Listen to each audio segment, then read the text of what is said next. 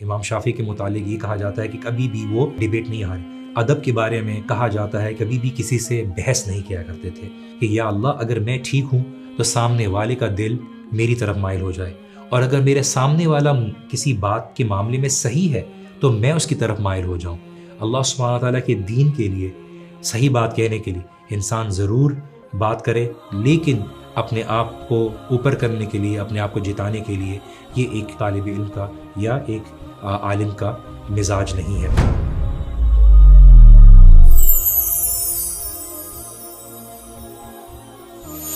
بسم اللہ الرحمن الرحیم، الحمد للہ رب العالمین والعاقبۃ للمتقین والصلاۃ والسلام علی نبینا محمد وعلی آلہ وصحبہ اجمعین۔ السلام علیکم ورحمۃ اللہ وبرکاتہ۔ Welcome to another episode of tales of faith. ہم بات کر رہے تھے امام شافعی سے ریلیٹڈ، اور امام شافعی کی زندگی میں جو جرنی تھی علم سے ریلیٹڈ، ہم نے اس کے متعلق بات کی۔ ہم نے یہ بات کے اوپر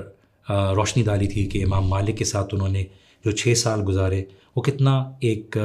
لرننگ فیز تھا امام شافعی کے لیے، اور امام مالک کو اپنی آخری سٹیجز میں ایک ایسا طالب علم ملا جن کے ساتھ انہوں نے ایک اچھا وقت گزارا، اور ان کو اس بات کی فلفلمنٹ ملی کہ وہ ایک ایسا شاگرد تیار کر کے جا رہے ہیں جو دنیا میں علم کی روشنی کو زیادہ منور کر دے گا۔ امام مالک کی جب ڈیتھ ہوئی تو امام شافعی واز 29 ایئرز اولڈ، 29 سال کے تھے، اور امام شافعی کے بارے میں یہ کہا جاتا ہے کہ وہ اپنے قیام اور اپنی قرات کے متعلق بہت ہی مشہور تھے، اور جو ان کے اسٹوڈنٹس ہیں اور ان کے جو ساتھی ہیں وہ یہ بات بتاتے ہیں کہ رات کو منور کر دیتے امام شافعی اپنی قیام سے، اور قرآن کے ساتھ ان کا ایک بہت ہی اچھا تعلق تھا۔ اور یہ کہا جاتا ہے، جو آج ہمارے لیے بہت ہی ایک قصے اور کہانی والی باتیں لگتی ہیں، کیونکہ اللہ سبحانہ و تعالیٰ جس کے وقت میں برکت ڈال دیتا ہے، اور وہ اللہ تعالیٰ جو چاہے جس کے ساتھ اپنی آسانی والا معاملہ کرے، کہ امام شافعی جب قرآن پڑھتے تو وہ قرآن کو دن میں روز ایک دفعہ ختم کرتے، اور رمضان کا مہینہ آتا تو وہی قرآن 2 دفعہ ایک دن میں کرتے، اور چونکہ علم تھا اور میمورائزیشن تھی تو ان کے لیے قرآن کے ساتھ تعلق جوڑنا اور بھی آسان ہوا کرتا تھا۔ اور امام شافعی کو امام مالک نے بھی علم سے ریلیٹڈ یہ ایڈوائس کی تھی، اور سب سے پہلے یہ طالب علموں کے لیے ایڈوائس ہے، ہم سب کے لیے ایک ایڈوائس ہے کہ اپنے آپ کو گناہ میں انوالو نہ کرنا، کیونکہ یہ اللہ سبحانہ و تعالیٰ کی ایک علم کی روشنی ہے، اور علم کی روشنی نافرمانوں کی طرف نہیں آتی۔ اور آج ہم دیکھیے گناہوں میں کتنے انوالوڈ ہیں، غیبتوں میں، ہم حسد کے معاملے میں، ہم نظروں کی برائی کے معاملے میں، کانوں کی برائی کے معاملے میں، زبان کی برائی کے معاملے میں۔ تو ہمارے لیے معاشرے میں علم کم سے کم ہوتا نظر آ رہا ہے۔ اور امام شافعی کی غلطی سے ایک دفعہ بازار میں نظر ایک عورت کی ٹانگ پر پڑ گئی تھی، اور وہ غلطی کی قیمت جب انہوں نے اپنے استاد امام وقی کے سامنے ذکر کیا تو انہوں نے بھی ان کو یہی ایڈوائس کیا کہ اللہ سبحانہ و تعالیٰ کا جو علم ہے، جو علم کی روشنی ہے، وہ نافرمانوں تک نہیں آتی، کیونکہ امام شافعی نے اس غلطی کی بنا پر یہ کمپلین کی تھی کہ انہوں نے بہت ساری چیزیں بھول گئے ہیں، اور یہ ایک انٹینشنل غلطی تھی۔ اور جو تعلق تھا ہمارے اسلاف کا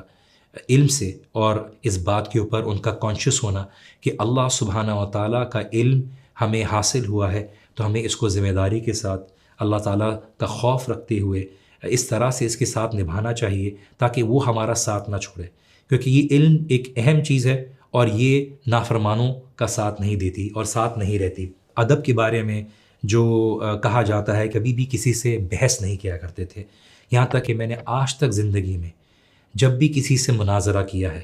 میں نے یہ نیت نہیں رکھی کہ میں اسے جیت جاؤں، بلکہ میں نے اللہ سبحانہ و تعالیٰ سے یہ دعا کی ہمیشہ کہ یا اللہ اگر میں ٹھیک ہوں تو سامنے والے کا دل میری طرف مائل ہو جائے، اور اگر میرے سامنے والا کسی بات کے معاملے میں صحیح ہے تو میں اس کی طرف مائل ہو جاؤں۔ اور وہ کبھی بھی کسی سے، امام شافعی کہتے ہیں کہ میں نے جیتنے کی نیت سے مناظرہ نہیں کیا، اور وہ اس بات کو پسند ہی نہیں کرتے تھے کہ علم والا شخص جو ہے وہ دین کو ہیوملیٹ کرے، وہ اس کی توہین کرے کسی کے سامنے بحث و مباحثہ کر کے۔ آج ہم بحث و مباحثہ کر کے لوگوں کے سامنے آرگیو کر کے اپنے علم کی سپیریورٹی، اپنے علم کی آپ کا علم کا شو آف دکھاتے ہیں اور لوگوں کے سامنے زیادہ نالجبل بننے کی کوشش ہوتی ہے، اس کا اظہار زیادہ ہوتا ہے رادر دین کہ ہم اللہ سبحانہ و تعالیٰ کی نظر میں نالجبل ہوں. اور امام شافعی ہمیشہ یہ کہتے تھے کہ آپ دین کی توہین نہ کریں کسی سے ڈیبیٹ کر کے، جو آپ سے ڈیبیٹ کرنا چاہتا ہو، آپ سے کوئی بحث کرنے کے لیے آئے اور آپ سے بحث کرنا شروع کر دیں. دین کا یہ مزاج نہیں ہے، دین کا یہ ادب نہیں ہے کہ انسان جو ہے بحث و مباحثہ کرنا شروع ہو جائے. اللہ سبحانہ تعالیٰ کے دین کے لیے صحیح بات کہنے کے لیے انسان ضرور بات کرے، لیکن اپنے آپ کو اوپر کرنے کے لیے، اپنے آپ کو جتانے کے لیے یہ ایک طالب علم کا یا ایک عالم کا مزاج نہیں ہے. اور المزنی کہتے ہیں کہ میں اپنے استاد کے بارے میں جو امام شافعی ان کے بارے میں بتاتا ہوں کہ ایک دفعہ ایک شخص درس کے دوران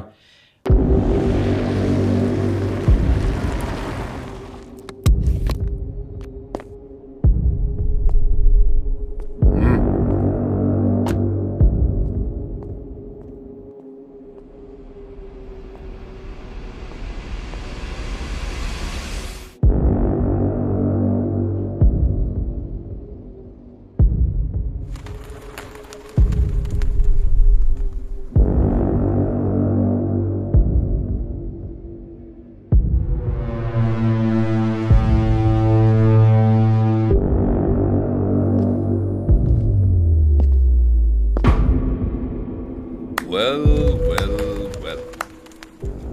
Look, who do we have here?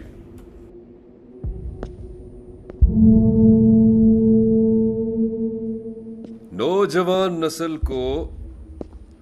بدلنے کا ٹھیکیدار، سوسائٹی میں پازیٹیو چینج لانے کے لیے بےتاب، آج ہماری گرفت میں. واہ،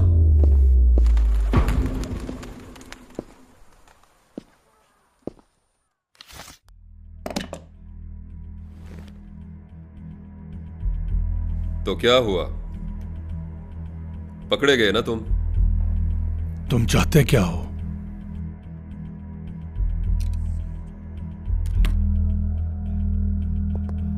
تم اچھی طرح جانتے ہو کہ میں کیا چاہتا ہوں. میں سچ جاننا چاہتا ہوں. سچ سن پاؤ گے؟ ہاں، جھوٹ سننے کی میری عادت نہیں. تم بولو تو صحیح. سچ تو یہ ہے کہ اسلام آباد میں کچھ نوجوانوں نے ایک خواب دیکھا تھا، پھر سفر کی شروعات ہوئی اور کارواں بنتا گیا. مجھے وہ سب مت بتاؤ جو مجھے پہلے سے پتا ہے. مجھے صرف یہ جاننا ہے کہ اتنے podcast, videos, lectures, events, یہ سب کیسے؟ ہر گھر میں، یونیورسٹی میں، کالج میں، اسکول میں گھس گیا ہے یوتھ کلب. لاکھوں نوجوانوں کی زندگیاں بدل دی ہیں. ہم نے جن ایجنڈاز پہ ملینز آف ڈالرز خرچ کیے انہیں تہس نہس کر دیا.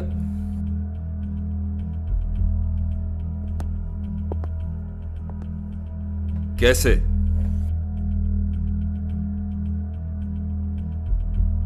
اللہ.